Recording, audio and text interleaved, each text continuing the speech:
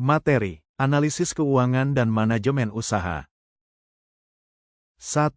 Neraca, balance sheet. Balance sheet atau neraca adalah laporan keuangan yang menggambarkan posisi keuangan perusahaan pada suatu tanggal tertentu. Neraca menunjukkan apa yang dimiliki, aset, berapa yang harus dibayar, liabilitas, dan modal yang dimiliki pemilik usaha, ekuitas. Komponen neraca. 1.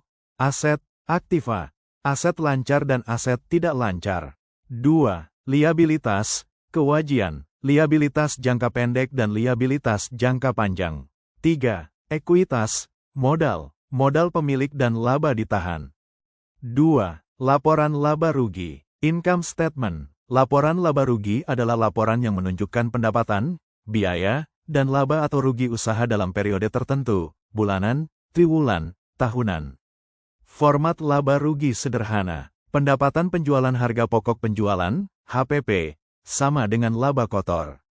Biaya operasional sama dengan laba operasi. Pendapatan lain-lain, beban lain-lain sama dengan laba bersih. 3. Analisis perbandingan. Analisis ini membandingkan kinerja keuangan periode sekarang dengan periode sebelumnya untuk melihat perkembangan usaha. Tujuan analisis. 1. Menilai tren pertumbuhan. 2.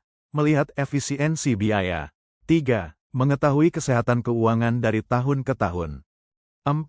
Analisis net working capital, modal kerja bersih. Net working capital, NWC, sama dengan aset lancar, kewajiban lancar. Menunjukkan kemampuan perusahaan memenuhi kewajiban jangka pendek. Interpretasi, NWC positif perusahaan sehat secara likuiditas. NWC negatif perusahaan berisiko gagal bayar, membutuhkan restrukturisasi modal kerja.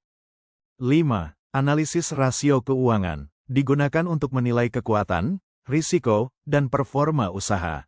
Kategori rasio keuangan. 1. Rasio likuiditas, mengukur kemampuan membayar kewajiban jangka pendek.